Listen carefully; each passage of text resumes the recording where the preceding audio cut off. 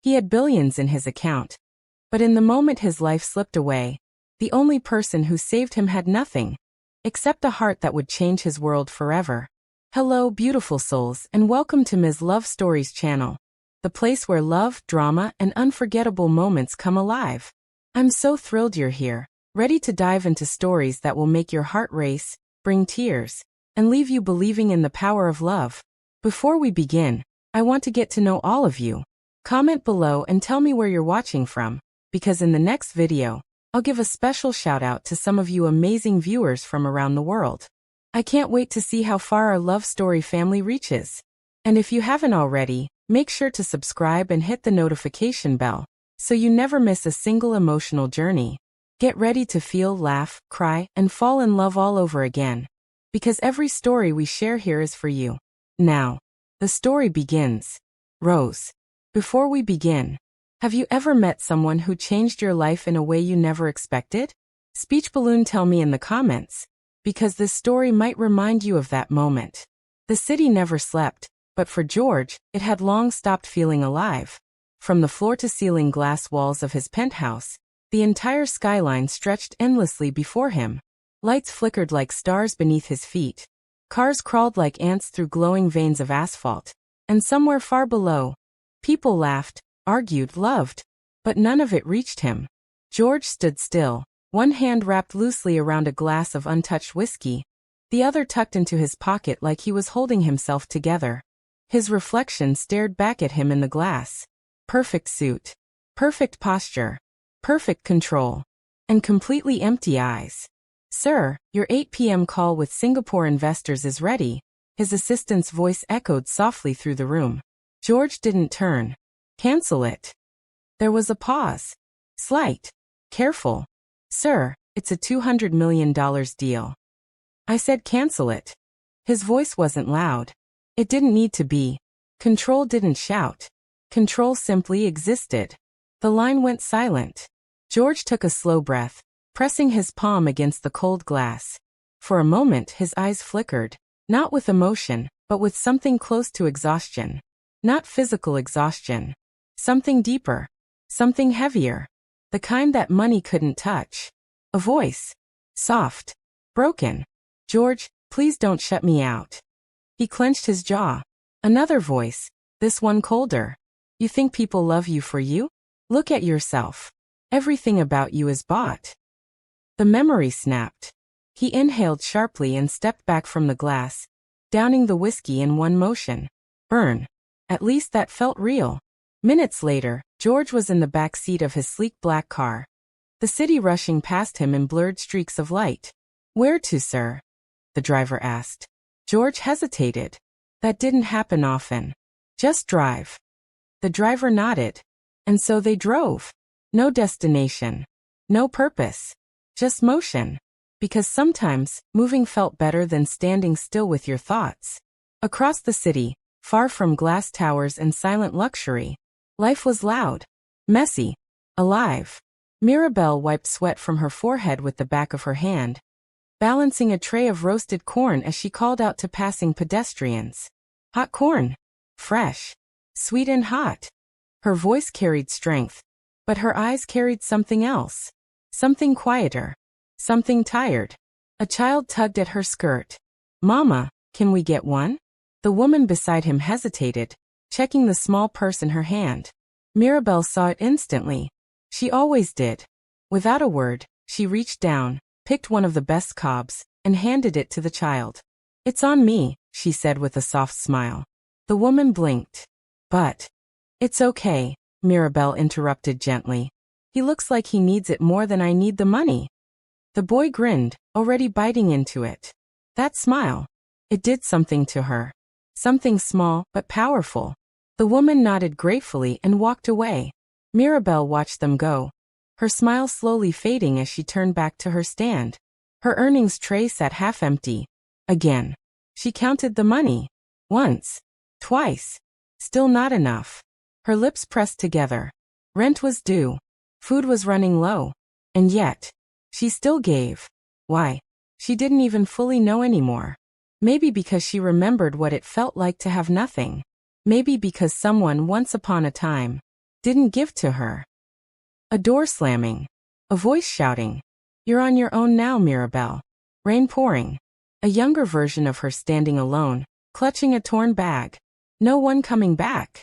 Mirabel exhaled slowly and shook off the memory. No time for that, she muttered to herself. Because thinking too much made survival harder. Night deepened. The city pulsed. And somewhere between wealth and struggle, fate began to shift. George's car slowed at a busy intersection. Traffic lights flickered red.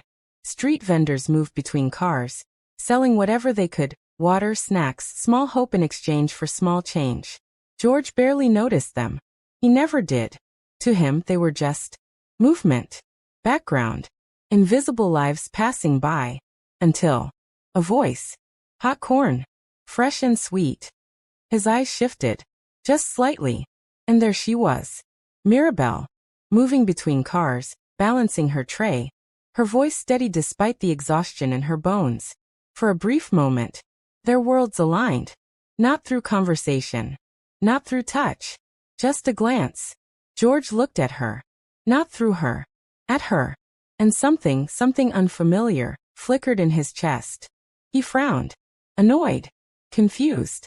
Then the light turned green. The car moved. And just like that, the moment passed. But something lingered. George leaned back slowly, his eyes still fixed on the side mirror as the image of her grew smaller. Why did that feel different? He didn't have an answer. He wasn't used to not having answers. Mirabel barely noticed the car pulling away. To her, it was just another expensive vehicle. Another reminder of a world she wasn't part of. But for a split second, she had felt it too. That look. Different from the others. Not pity. Not arrogance. Something else.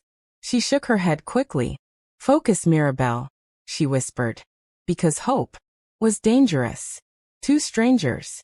Two different worlds. Both carrying invisible wounds. Both pretending to be stronger than they felt. And neither knowing that their lives were about to collide in a way that would change everything. George closed his eyes in the moving car, pressing his fingers against his temple. Mirabel packed up her remaining goods slowly, her body aching, her heart heavier than she would admit. The same city held them. The same night covered them. And fate was already moving. Closer. The night had grown heavier. Not louder, not busier. Just heavier. Like the city itself was holding its breath, waiting for something it couldn't yet name. Inside the car, George adjusted his tie slightly, his breathing uneven though he tried to hide it. "Sir, are you all right?" the driver asked, glancing through the mirror. "I'm fine." He wasn't. A dull pressure had been building in his chest for hours now. At first he ignored it. He always ignored discomfort. Pain was something to suppress, not acknowledge. But this was different. It crept in slowly, tightening, spreading. His fingers twitched slightly as he reached for the glass of water beside him, but halfway through the motion, his hand froze. The glass slipped. Water spilled across the seat. "Sir." George's vision blurred. The city lights outside began to smear into long, distorted lines. He blinked. Once. Twice. Then. Darkness. "Sir. Sir." The driver slammed the brakes, causing cars behind to honk aggressively. "Move your car," someone shouted. But inside that vehicle, nothing else mattered. George's head slumped to the side, his body completely still. Unconscious. Lifeless. Just a few meters away, Mirabel was packing up her things when she heard the sudden screech of tires. Her head snapped up. People were already reacting, but not moving closer. They rarely did. Crowds gathered. Phones came out. Whispers spread. What happened? Someone collapsed. Probably drunk. Mirabel's eyes narrowed.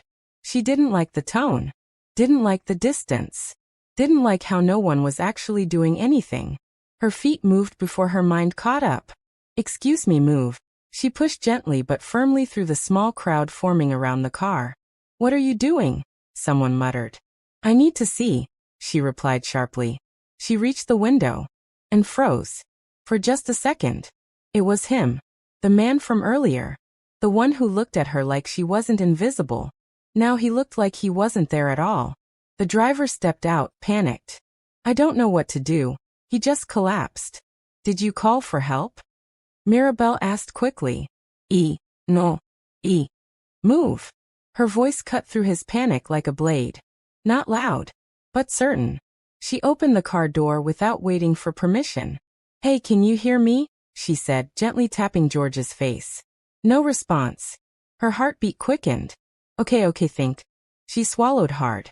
She had seen this before. Not in a hospital. Not with professionals. But on the streets. You learn quickly. Or you lose people. Help me get him out, she ordered. The driver hesitated. But he's important. And he'll be dead if we leave him like this. That did it. Together, they carefully pulled George out of the car and laid him on the pavement. The city noise faded. For Mirabel, there was only him. His still body. His silent chest. No. She placed her ear close. Nothing. Her hands trembled slightly, but she forced them steady. Stay with me. You don't get to leave like this, she whispered. She positioned her hands on his chest. And pushed. Once. Twice. Again. Come on. Her breath quickened. Sweat formed on her forehead. The crowd watched. Silent. Unmoving. Some recording. But Mirabel. She didn't see them. Didn't hear them. All she saw was a life slipping away. A younger Mirabel shaking someone. Please wake up. Please don't leave me too. No response. That helplessness. That loss. That silence. Not again, she whispered fiercely. She pushed harder. Faster. Breathe, she cried. Breathe. Suddenly, George's body jerked. A sharp, gasping breath tore through him. Air. Life. Sound. Mirabel froze for half a second, her eyes wide. Then relief hit her like a wave. Oh, thank God. The crowd murmured. He's alive. She saved him. Phones lowered slightly. But Mirabel didn't care about them. Her focus stayed on him. George's eyes fluttered open slowly. Disoriented. Heavy. The world came back in fragments. Noise. Lights. Faces. And then, her. Blurry at first. Then clearer. Mirabel. Leaning over him, her face streaked with sweat, her breathing uneven, her eyes full of something he couldn't immediately understand. Concern? Fear? Why you? He managed weakly.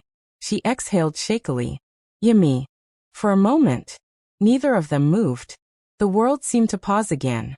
But this time, not in fear. In connection. You saved me, George whispered, his voice rough. Mirabel looked away slightly, brushing her hands together nervously. Anyone would have done it. They both knew that wasn't true. Sirens in the distance. Finally, help was coming. The driver rushed forward. Sir, can you hear me? George didn't answer him. His eyes stayed on Mirabel, like she was the only thing holding him to the moment. For George, something shifted. Not just physically, emotionally, deeply. He had been surrounded by people his entire life. Employees, partners, associates. But never this. Someone who acted without hesitation. Without benefit. Without calculation. Mirabel stood slowly, stepping back. Creating distance. Because she could already feel it. That invisible line. The one that separated their worlds. And she didn't belong on his side of it. George tried to sit up slightly. Wait. She paused. But didn't turn. I don't even know your name. Silence. Then softly. Mirabel. The name lingered in the air. He repeated it quietly. Mirabel. Like he was memorizing it. The ambulance arrived. Paramedics rushed in. Step aside, please. Mirabel moved back fully now, blending into the crowd again. Invisible. Just like before. As they lifted George onto the stretcher, his eyes searched frantically through the crowd. For her. But she was already stepping away. Back into the shadows. Back into her world. Like she had never been there at all. But something had already changed. Because this time, George wasn't looking at the skyline. Or his phone. Or his next deal. He was looking for a girl. Who had nothing. Yet gave him everything. The hospital room was too quiet.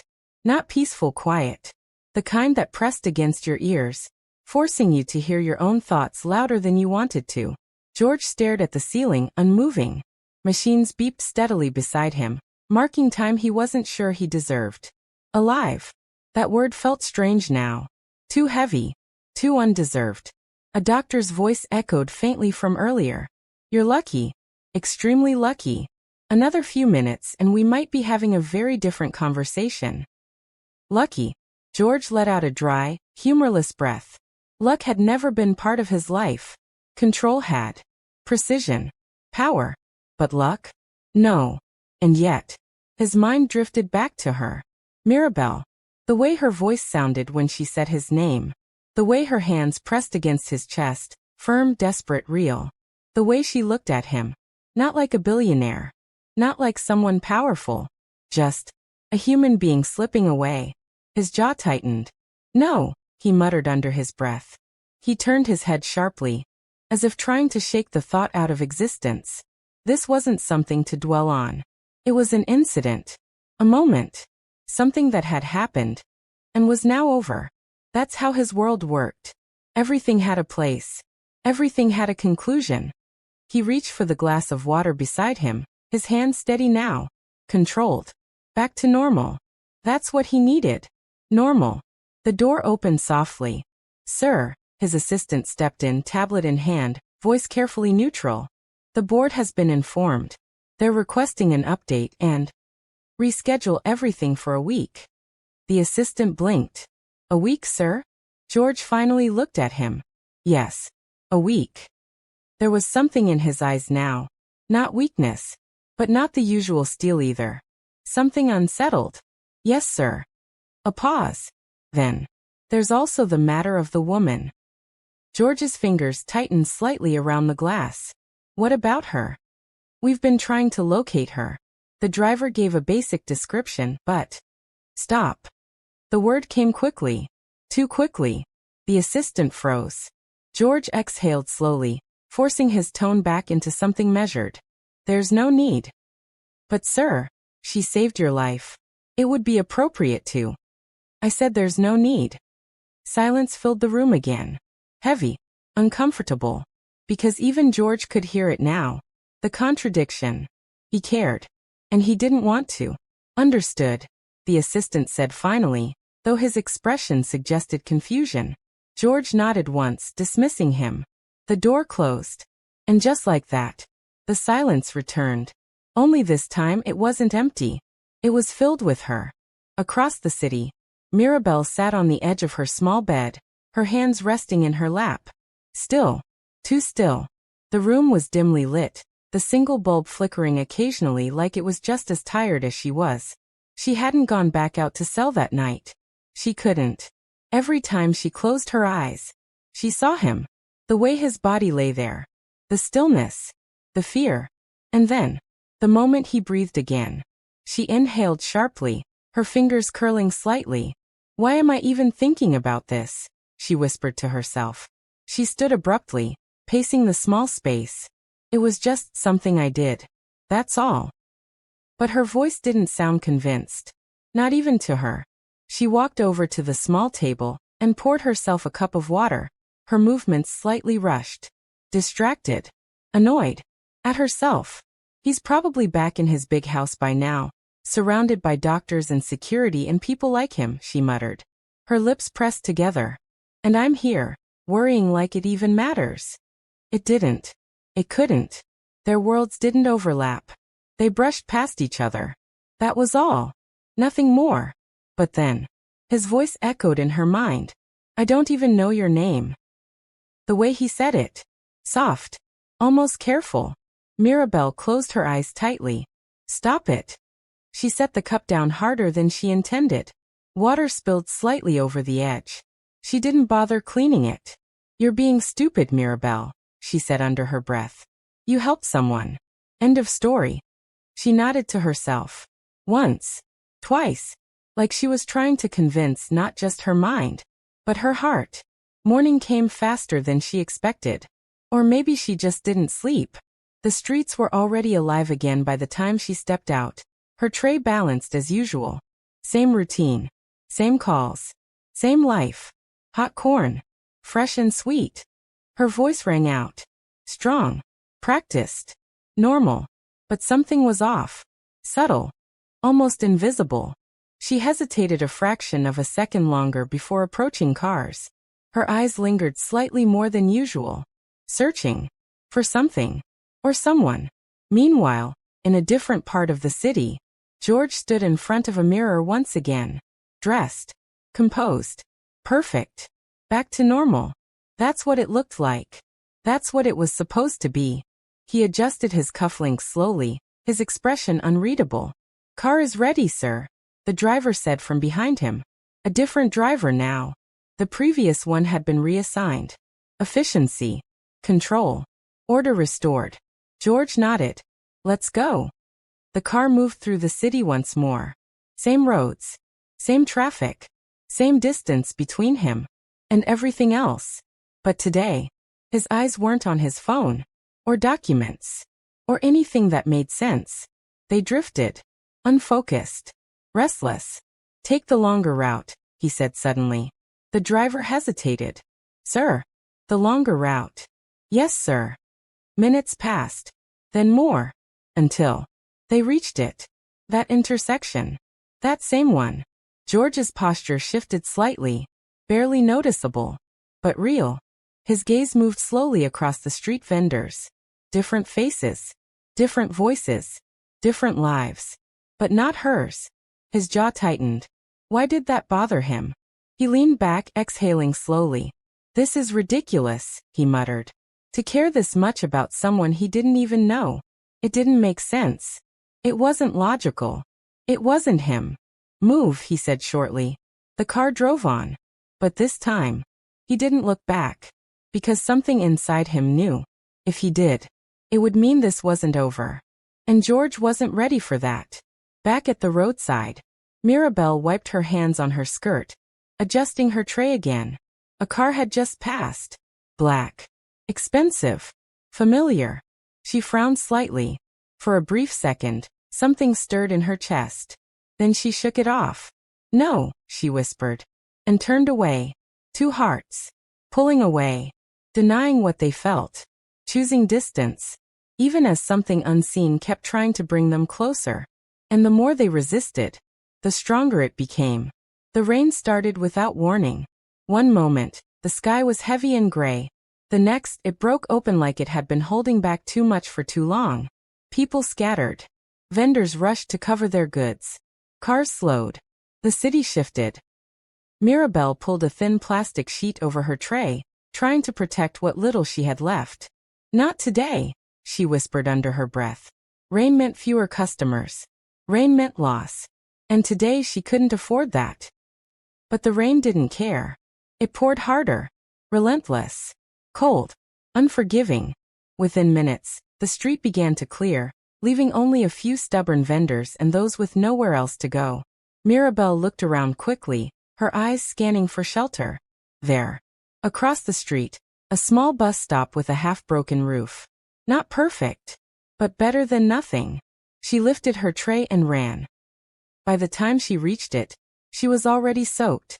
Water clung to her hair, her clothes, her skin. She set her tray down carefully, catching her breath. One day, she murmured, wiping her face. Just one day without struggle. Her voice faded, because even she didn't believe that anymore. Looks like the rain doesn't favor anyone. The voice came from behind her. Low. Familiar. Too familiar. Mirabel froze. Slowly, she turned. And there he was. George. Standing just inside the shelter, his suit slightly damp at the edges. His presence somehow still composed. Controlled. But his eyes weren't. They were fixed on her. Like he had been looking for her. For a moment, neither of them spoke. The rain filled the silence between them, loud enough to cover the sudden shift in the air.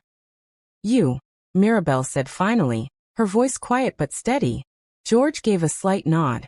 Me. Another pause. Longer this time. More loaded. Mirabel looked away first, adjusting her tray unnecessarily. You should be somewhere else, she said.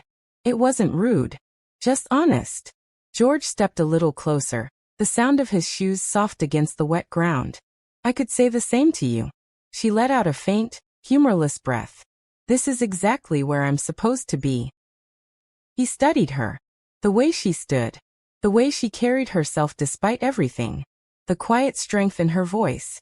It didn't match her circumstances. And that unsettled him.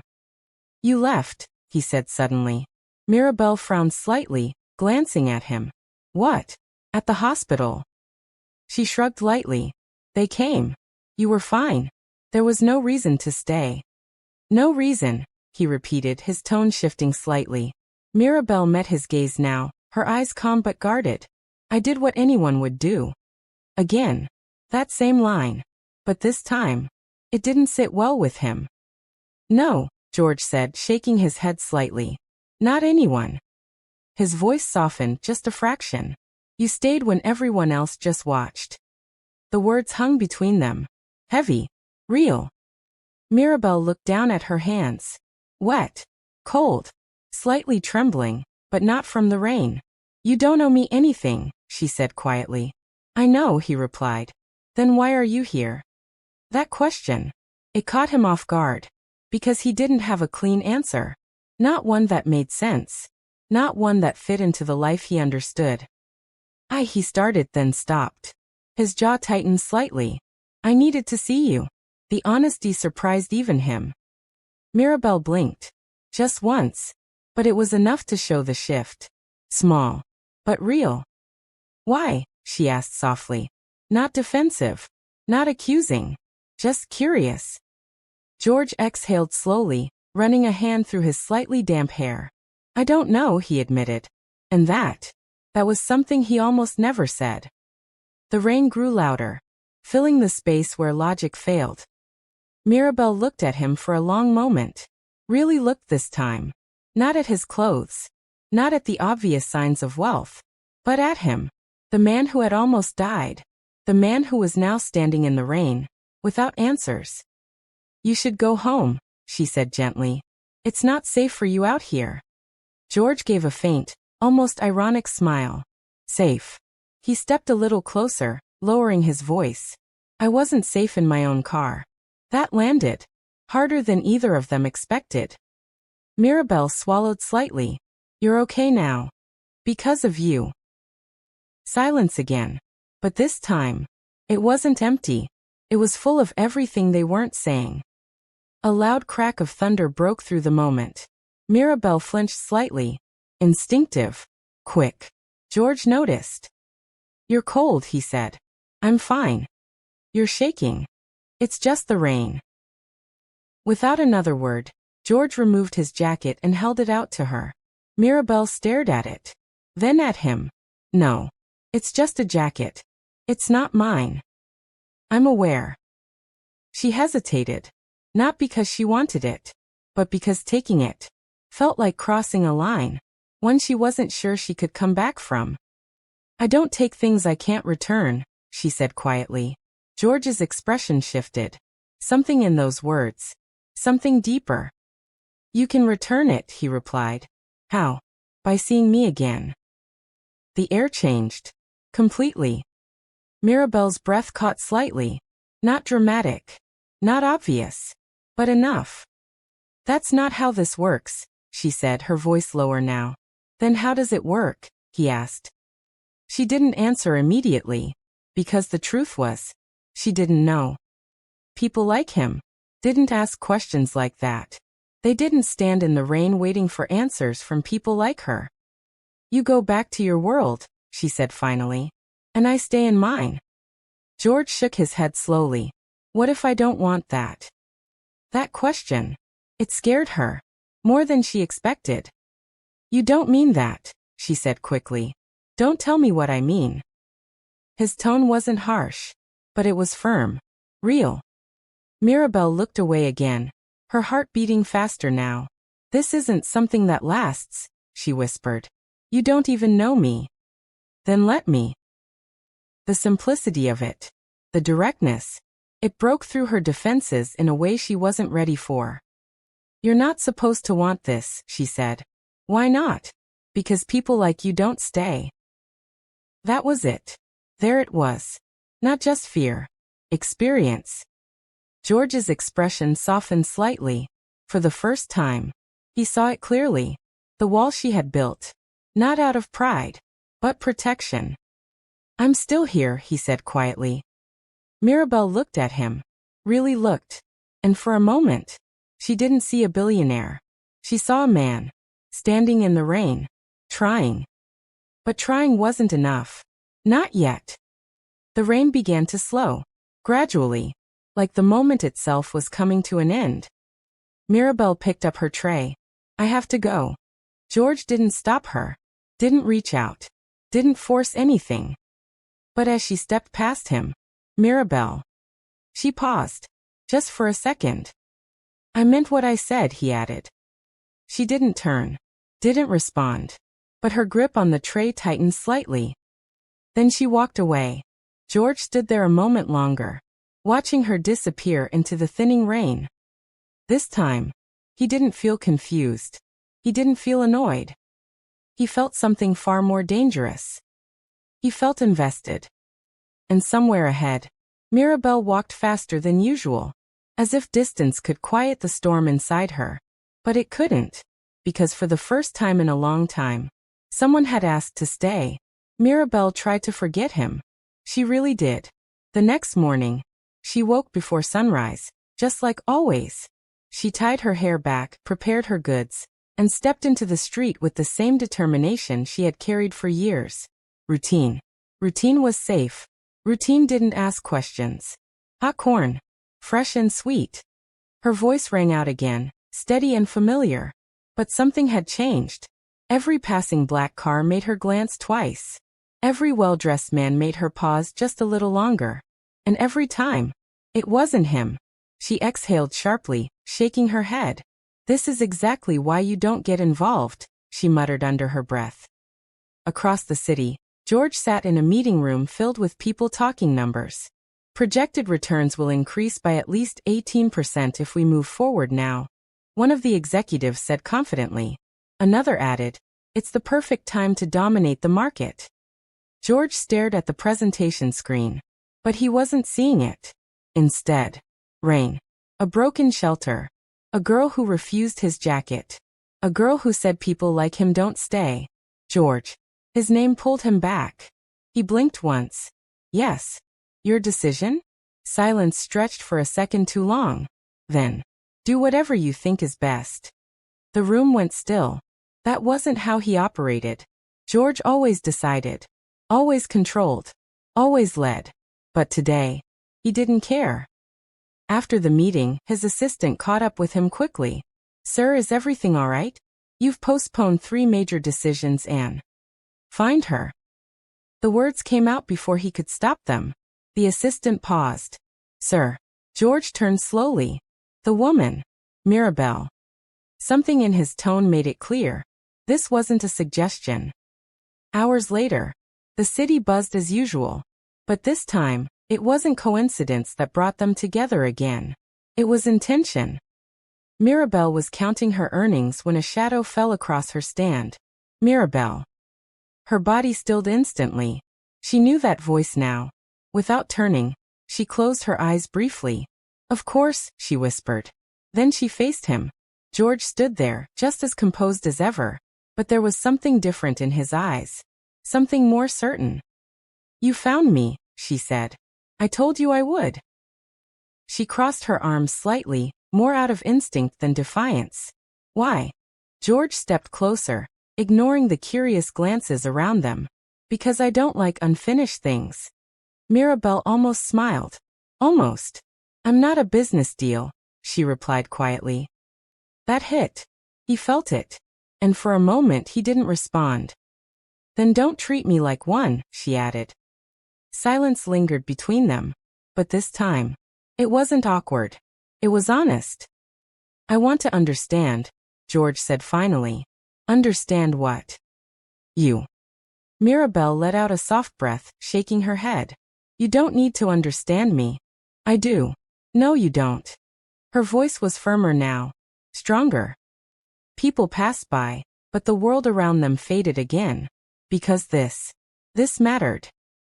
You live in a world where everything makes sense, Mirabel continued.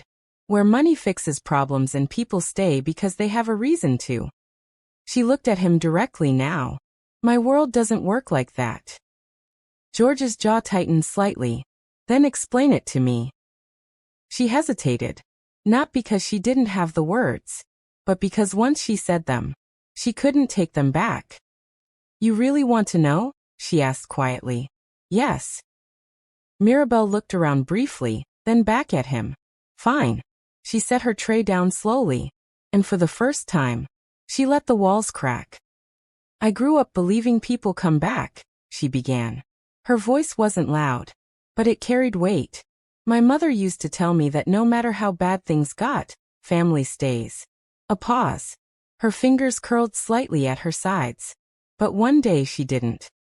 George didn't move, didn't interrupt. He just listened. She left, Mirabel continued. No explanation. No goodbye. Just gone. Her voice trembled slightly, but she pushed through it. I waited for days, weeks, months. A faint, bitter smile touched her lips. Eventually, I stopped waiting. The noise of the street seemed distant now, like it belonged to another world. I learned something after that, she said. That people don't stay unless they need something. George felt something shift inside him. Uncomfortable. Familiar. And when they're done, she added softly, they leave. Silence. Heavy. Real. George swallowed slightly. That's not always true. Mirabel shook her head immediately. It is in my world. Another pause. Then she looked at him more carefully. And what about you? The question caught him off guard. What about me? You expect me to believe you're different, she asked. Her tone wasn't accusing, just tired. George exhaled slowly, running a hand over his face. You think I haven't been left before? Now it was her turn to be surprised. Slightly. My father built everything I have, George continued, his voice lower now. Everything. He looked away briefly, his expression hardening. And when he died, the people who called themselves family tried to take it all. Mirabel frowned slightly. They smiled at me one day, he said. And the next, they were in court, trying to prove I wasn't capable of handling my own life. There was no anger in his voice, just distance. I learned quickly, he added. Trust is expensive. Mirabel studied him, really studied him, and for the first time, she saw it. Not the money, not the power, the damage. So you built walls, she said quietly. George let out a faint breath. Yes. And now you expect me not to have mine? That question, he couldn't answer immediately, because she was right. The silence stretched again, but this time, it wasn't pushing them apart. It was pulling them closer. Two different lives, two different pains. Somehow, not so different after all. A small child ran past, laughing loudly, breaking the tension for just a moment. Mirabel watched him go, her expression softening. Then she turned back to George. This doesn't change anything, she said gently. George nodded once. I know. But his eyes said something else. Something quieter. Something deeper. Then why are you still here? She asked. He didn't hesitate this time. Because I don't want to leave. The words landed softly, but their weight was undeniable. Mirabel's breath caught slightly, again. For a moment, neither of them spoke, because something had shifted, something real, something dangerous. But just as quickly as it came, fear followed. You should go, she said, her voice quieter now. George didn't argue, didn't push, didn't force. He simply nodded and stepped back. But before he turned, you're wrong about one thing, he said. Mirabel looked at him. Not everyone leaves. Then he walked away. And this time, she didn't move, didn't call out, didn't stop him. She just stood there, holding on to words she wasn't ready to believe. The next time George showed up, he didn't say anything. He didn't announce himself. He didn't try to explain why he came. He just stood there, quietly, waiting. Mirabel noticed him almost immediately. Of course she did. It was becoming impossible not to. She kept arranging her tray, pretending she hadn't seen him, even though her heartbeat had already shifted. Faster. Uneven. Annoyingly aware. You're going to wear a hole in that tray if you keep staring at it like that. His voice was calm, almost light, different from before. Mirabel exhaled slowly, then looked up at him. You're going to scare away my customers if you keep standing there like you own the place. A faint smile touched George's lips. I don't own this place. A small pause. Yet. She rolled her eyes, but there was no real irritation behind it. Please don't. That made him chuckle. A low, quiet sound. The kind that surprised even him. Something shifted in the air between them. Less tension. Less resistance. Still guarded, but softer. What do you want today? She asked, folding her arms slightly. Corn, she added, almost teasing. George looked at the tray then back at her. Yes. Mirabel blinked. You're serious? He nodded. I've never tried it. That caught her off guard. You've never? She stopped herself, then shook her head. Of course you haven't. She picked one carefully, brushing off a bit of ash, then handed it to him. Here. George took it, examining it briefly like it was something unfamiliar, which it was. Do I just, he started. Mirabel couldn't help it. She smiled. Just eat it, George. The way she said his name. Natural. Unforced. It lingered. He took a bite. Paused. Then another. Well? She asked, watching him closely. George nodded slowly. It's good. Mirabel raised an eyebrow. Just good? He met her gaze. It's better than anything I've had this week. That made her laugh. A real laugh. Soft but genuine. And for a moment, the world felt lighter. You're strange, she said. I've been told worse. Silence followed. But it wasn't heavy this time. It was comfortable. George leaned slightly against a nearby pole, still holding the corn. You do this every day? He asked. Mirabel nodded. Every day. No breaks. She shook her head. Breaks don't pay rent. He looked at her hands. Slightly rough. Marked by effort. Not weakness. Strength. You ever think about doing something else? He asked. Mirabel shrugged lightly. Like what? Anything. She looked at him for a moment, then smiled faintly. You say that like choices come easy. He didn't respond immediately, because he knew. They didn't. Not for her. I used to want to, she added quietly. George's attention sharpened. What changed? Mirabel looked away slightly, her voice softer now. Life. That one word carried more weight than a long explanation ever could. A breeze passed between them, carrying the scent of roasted corn and wet pavement. What did you want to do? He asked. She hesitated. Then, I wanted to open a small food place. George tilted his head slightly. Like a restaurant? She nodded. Nothing big. Just something of my own. A faint smile touched her lips. Somewhere people could come and feel okay. George watched her as she spoke. The way her eyes softened. The way her voice changed. You'd be good at it, he said. Mirabel let out a small breath. Yeah, maybe. But. She shook her head. But nothing. Then quieter. Dreams don't always fit reality. George frowned slightly. Who decided that? She looked at him, almost amused. Reality did. He stepped a little closer. What if it didn't have to? That again. That dangerous way of thinking. Mirabel's expression shifted. You can't fix everything with money, George. I'm not trying to fix anything. Then what are you doing? He paused. And for once, he didn't answer immediately. Trying to understand, he said finally. She held his gaze. Longer this time. searching.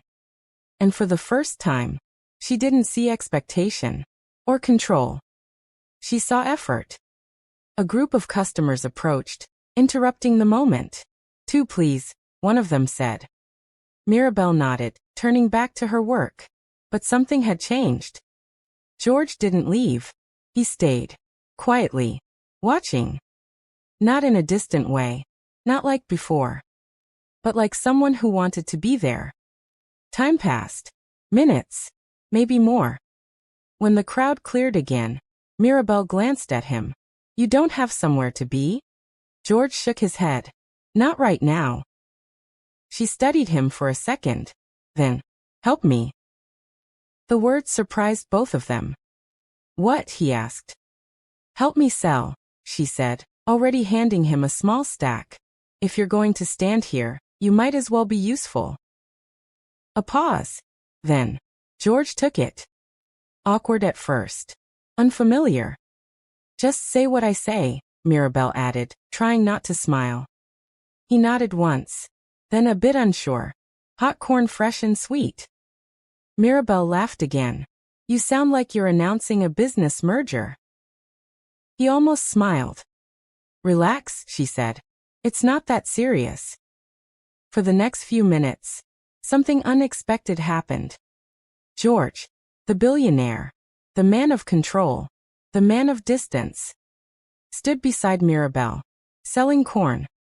And for the first time in a long time, he didn't feel empty. He felt present. At one point, their hands brushed slightly as they reached for the same item. Both paused, just for a second. Neither pulled away immediately. Then, Mirabel cleared her throat softly, stepping back. "Careful," she said lightly. George nodded, but his expression had changed. Something warmer. Something real. As the sun began to lower in the sky, painting everything in soft gold, Mirabel packed up her things slowly. "You didn't have to stay," she said. "I know." A pause. "Thank you," she added. George shook his head. "No, thank you." She frowned slightly. "For what?" He looked at her. Really looked. "For reminding me what it feels like to just be." The words were simple, but they landed deep. Mirabel didn't respond immediately, because part of her understood. "You're not as complicated as you think," she said softly. George let out a faint breath. "And you're stronger than you let on." Another pause. Something unspoken passed between them. Real, fragile, growing, but not yet safe. "I should go," George said finally. Mirabel nodded. "Yeah, you should." But neither of them moved right away. Because leaving was starting to feel harder than staying. And that was new. For a while, it felt like something real was forming. Not rushed, not forced, just growing. George started coming more often. Not every day, but enough. Enough for Mirabel to expect him. Even when she told herself not to. Enough for small things to matter. The way he stood beside her without speaking. The way he tried and failed to sound natural calling out customers. The way his presence made the long, exhausting days feel shorter. And Mirabel, she started letting him in. Not completely, not recklessly, but in pieces. She told him small things. What days were hardest. Which customers were kind. Which ones weren't. And sometimes, she smiled without thinking. That was the dangerous part. Because somewhere between shared silence and quiet laughter, her guard had lowered. Just enough to hurt. It happened on a day that started like any other. The sun was high. The street was busy. Mirabel was arranging her tray when she noticed something unusual. People were looking. Not at her. At him. George stood beside her. But today, he wasn't just George. Two black cars pulled up nearby. Doors opened. Men stepped out. Well-dressed. Sharp. Official. Mirabel's chest tightened slightly. She had seen this before. Not with him, but enough to recognize it. One of the men approached quickly. "Mr. George, we've been looking for you." The name echoed differently now. Mr. George. Mirabel's hands stilled. Slowly, she turned. The man continued. There's an urgent issue at the office. The board is demanding your presence immediately. Board. Office. Demanding. The words stacked up. Heavy. Clear. Mirabel looked at George. Really looked this time. Not the man who stood beside her, but the man behind him. You didn't tell me, she said quietly. George frowned slightly. Tell you what? That you're this. Her voice wasn't loud, but it cut through everything. The man beside George looked confused. You didn't inform her? He asked. George shot him a sharp look. Leave. But it was too late. Mirabel stepped back slightly. Her heart was beating faster now. Not from surprise. From realization.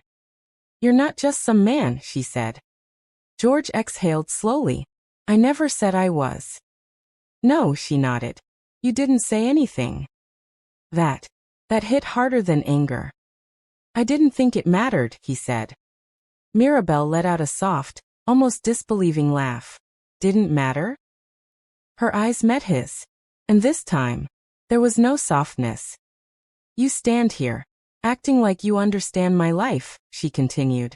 You sell with me, talk with me, look at me like we're the same.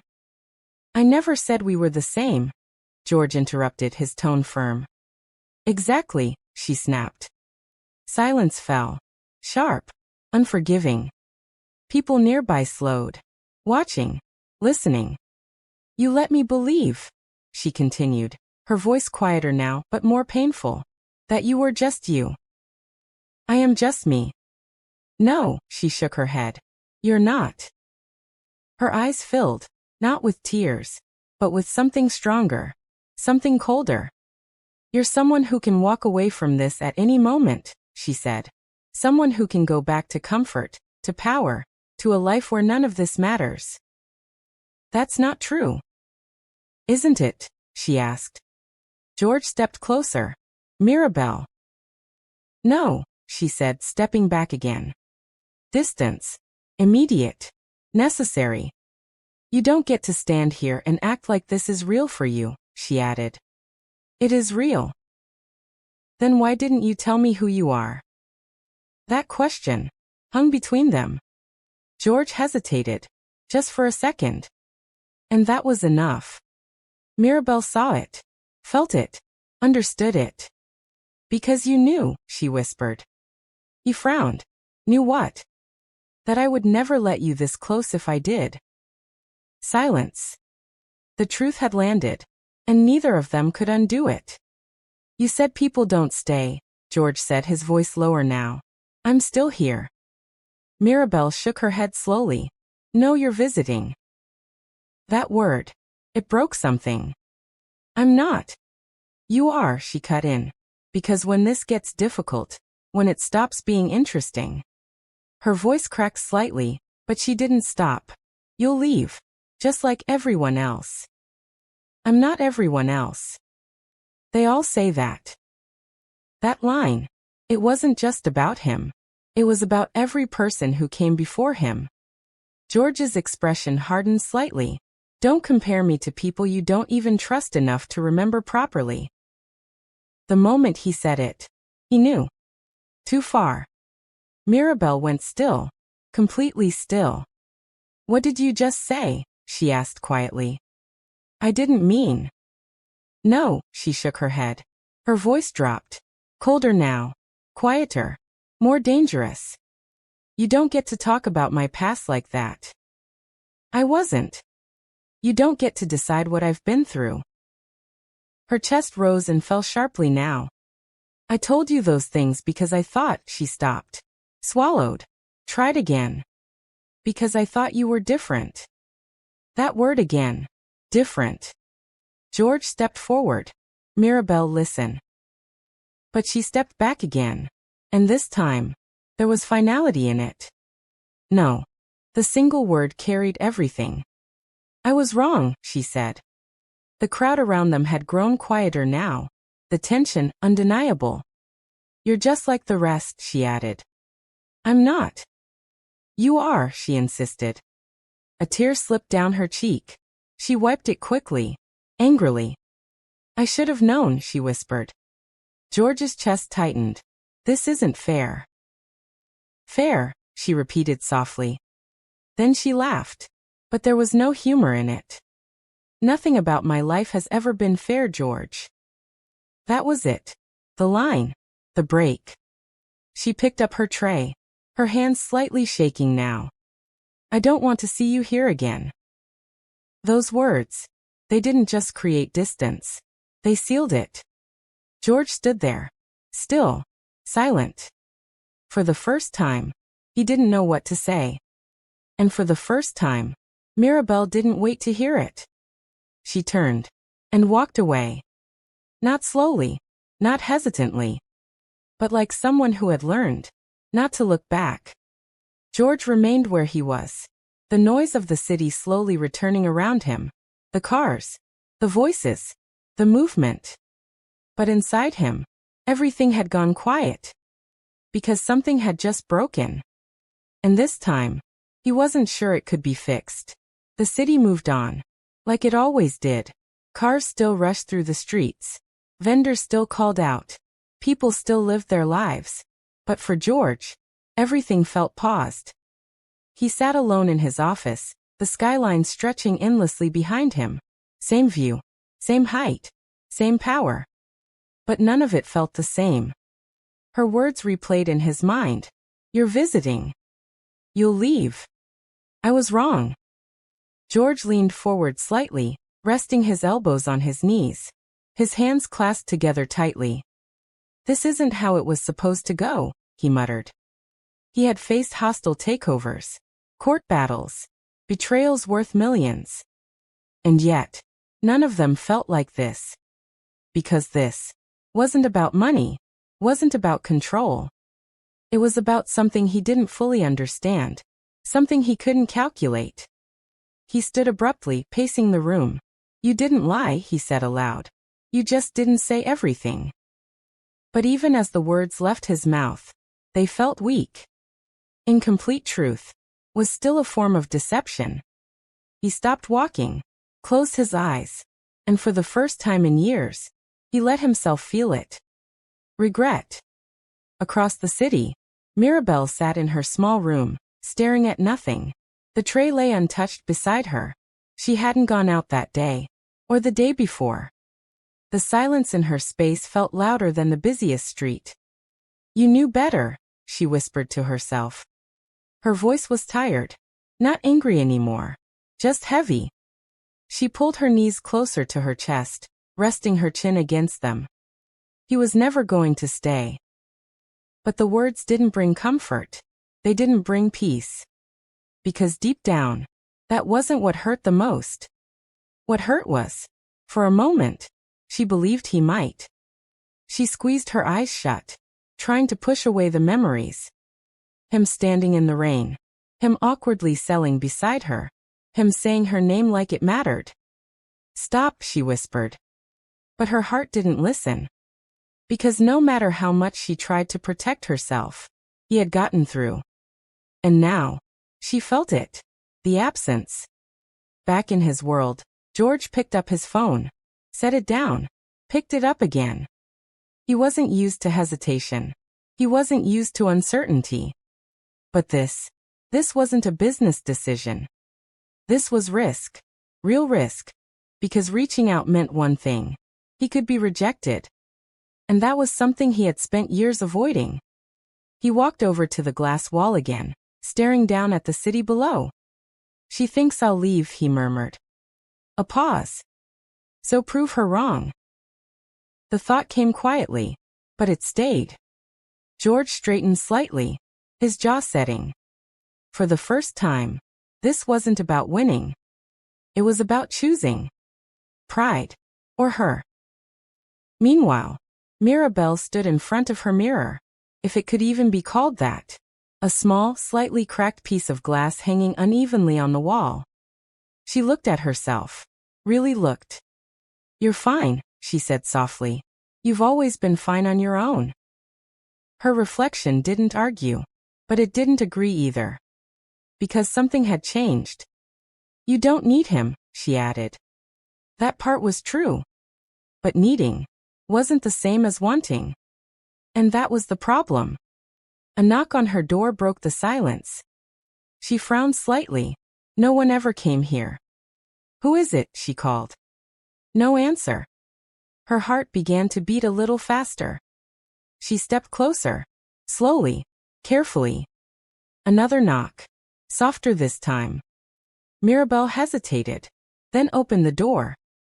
And there he was. George. No suit jacket. No distance. No control. Just him. For a moment, neither of them spoke. Because everything that needed to be said was already there. You shouldn't be here, Mirabel said quietly. I know. Then why are you? George took a small step forward. Not too close. Just enough. Because you were right, he said. That caught her off guard. I should have told you who I was. Silence. I didn't, he continued, his voice steady but honest. Not because I wanted to lie. A pause. Because I didn't want you to see me the way everyone else does. Mirabel's expression shifted slightly. And how is that? She asked. Like I'm something separate, he said. Like I don't belong anywhere real. That landed. Out there, he gestured slightly. Everything is calculated. Measured. Controlled. He looked at her. But with you it wasn't. Mirabel swallowed softly. You made it real, he added.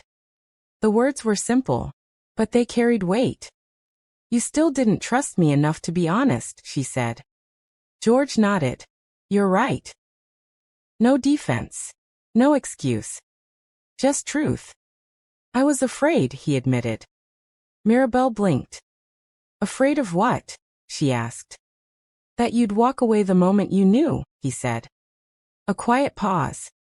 And I guess, he added softly, I was right. That one hurt. For both of them. Mirabel looked down briefly, then back at him. I didn't walk away because of who you are, she said. George frowned slightly. I walked away because of what it means, she continued. He didn't interrupt. It means I don't belong in your world, she said. You do. No, she shook her head. People like me don't fit into places like yours.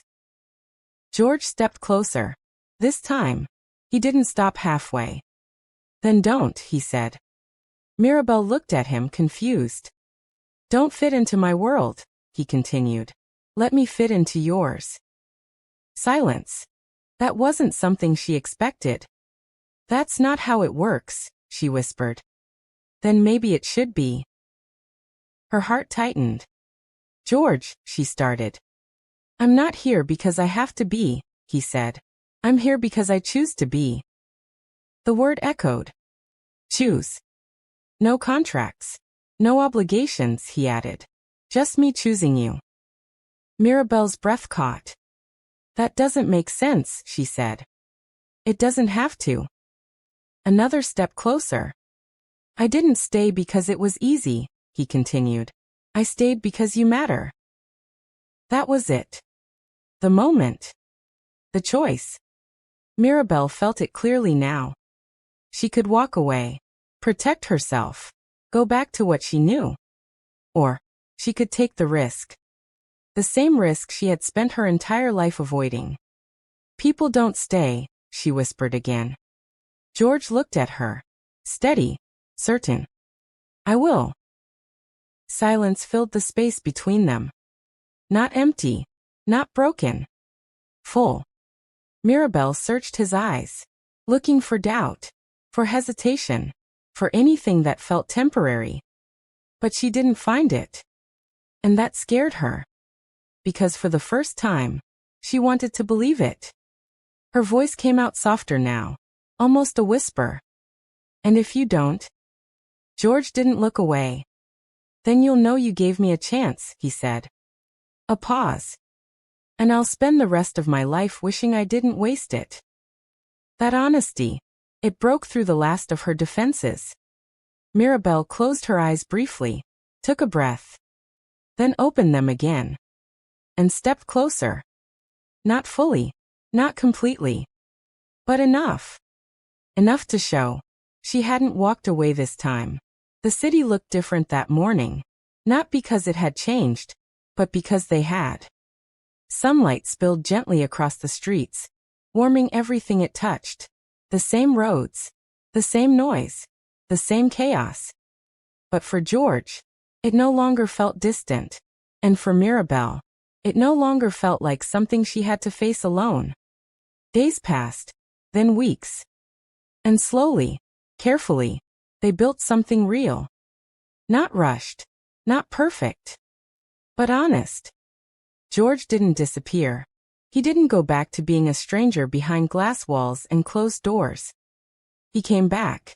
Again, and again, and again. Sometimes in simple clothes. Sometimes without warning. But always present. Mirabel noticed it in the smallest ways. He stayed when it rained. He helped without being asked. He listened, even when she said very little. And each time he returned, a part of her believed a little more. "You're late," she said one afternoon, folding her arms as he approached. George glanced at his watch, then back at her. "I'm 3 minutes early." Mirabel smirked slightly. "You're 10 minutes late by my time." He nodded thoughtfully. "Then I'll adjust." That made her smile. It was subtle things like that. The way he adapted. Not forced. Not calculated. Just willing. And in return, Mirabel opened up. More than before. More than she ever thought she would. She told him about the nights she went to bed hungry. About the times she almost gave up. About the fear that never really left. And George listened. Not to fix it. Not to change it. But to understand it. One evening, as the sun dipped low and painted the sky in shades of gold and orange, they sat side by side near her usual spot. "Quiet. You really don't have to keep coming back here," Mirabel said softly. George didn't look at her. "I know. Your world is out there," she added. "And this isn't part of it." She hesitated. Then, "No, it's not." George finally turned to her. "Then maybe my world was the problem." Mirabel frowned slightly. "What if I don't want that world anymore?" he continued. She stared at him. "You don't mean that." "I do." Silence. "George, that's everything you built. And this," he gestured lightly around them, "is everything I never had." That landed deep. Because she understood it. More than she wanted to admit. "You don't need to give up your life," she said quietly. "I'm not giving it up," he replied. "I'm choosing what matters." A pause. "And what matters?" she asked. He looked at her. Steady. Certain. "You." Her breath caught. The word echoed. Soft. But powerful. For a moment, neither of them moved. Then Mirabel looked away slightly, her voice quieter now. "You say that like it's easy." "It's not," George said. Another pause. "But it's worth it." Time passed. And then, something unexpected happened. One morning, George didn't show up. Mirabel told herself it was nothing. He was busy. He had responsibilities. A life beyond this. But as the hours stretched, that familiar feeling returned. The one she hated. Waiting. She tried to ignore it. Focused on her work. Called out to customers. Counted money. But her eyes kept drifting. Looking. Searching. He didn't come. The next day. Still nothing. By the third day, the silence felt louder than ever. Mirabel sat on her bed that night, staring at the door. "You knew this would happen," she whispered. Her voice was steady, but her heart wasn't. "People don't stay." The words felt familiar, safe. But this time, they hurt more. Meanwhile, George stood inside a large, empty space. Dust floated in the air. Sunlight streamed through wide windows. The walls were bare, the floors unfinished. But in his hands was something real. Blueprints. He looked around slowly, taking it all in. Then, he smiled. The next morning, Mirabel forced herself back to the streets. Routine. Again. Hot corn, fresh and sweet. Her voice was strong, but her heart was quieter. Then, a familiar sound. Still the best in the city. She froze. Slowly, she turned. And there he was. George. But this time, something was different. Not just him. What he carried. "Where have you been?" she asked, her voice sharper than she intended. He stepped closer. "Working on something." She frowned slightly. "What?" Instead of answering, he held out a folded paper. She hesitated, then took it. Opened it slowly. Her eyes scanned the page. Once, then again. And then, she froze. "What is this?" she whispered. George's voice was calm, but his eyes were filled with something deeper. "Your place." She looked up at him, confused. "My what?" "The restaurant you wanted," he said. Her heart skipped. "No," she shook her head immediately. "No, I can't." "I didn't build it for you," he interrupted gently. She paused. "I built it with you in mind," he corrected. Silence. "I'm not giving you anything," he added. "I'm offering you a chance." Mirabel's hands trembled slightly as she looked back at the paper. A small restaurant layout. Simple. Warm. Exactly what she had described. "I don't understand," she said softly. George stepped closer. "You said dreams don't fit reality," he reminded her. A pause. "What if we make reality fit the dream?" Tears filled her eyes. This time, she didn't hide them. "Why?" she asked. George didn't hesitate. "Because you saved my life," he said. A small step closer. "And then you changed it." The words echoed. And suddenly, everything came full circle. The street. The moment. The breath. The connection. Mirabel looked at him through tears. "You really stayed," she whispered. George smiled softly. "I told you I would." She let out a shaky breath. Then, slowly, she stepped forward. And this time, there was no distance. No hesitation. Just truth. "I was wrong about you," she said. George shook his head slightly. "No, you just needed time to believe." She smiled through her tears. "And you needed to prove it." He nodded. "Yeah, I did." For a moment, they just stood there. Not as a billionaire and a street vendor, but as two people who found each other when they least expected it. And chose to stay. And now tell me this. Speech balloon, do you believe love can truly cross every boundary, no matter how different two people are? If this story touched your heart, don't forget to like, subscribe, and turn on the notification bell so you never miss another unforgettable story. Because sometimes, the person who saves your life is the one who teaches you how to truly live it. Thank you so much for watching this story all the way to the end. Your time, your support, and your presence here mean more than words can say. If this story touched your heart, inspired you, or kept you watching, please make sure to subscribe to the channel for more emotional stories like this one. And don't forget to turn on the notification bell. That way, you'll never miss a new upload. Until next time, stay blessed, stay strong, and keep believing in love. See you in the next story.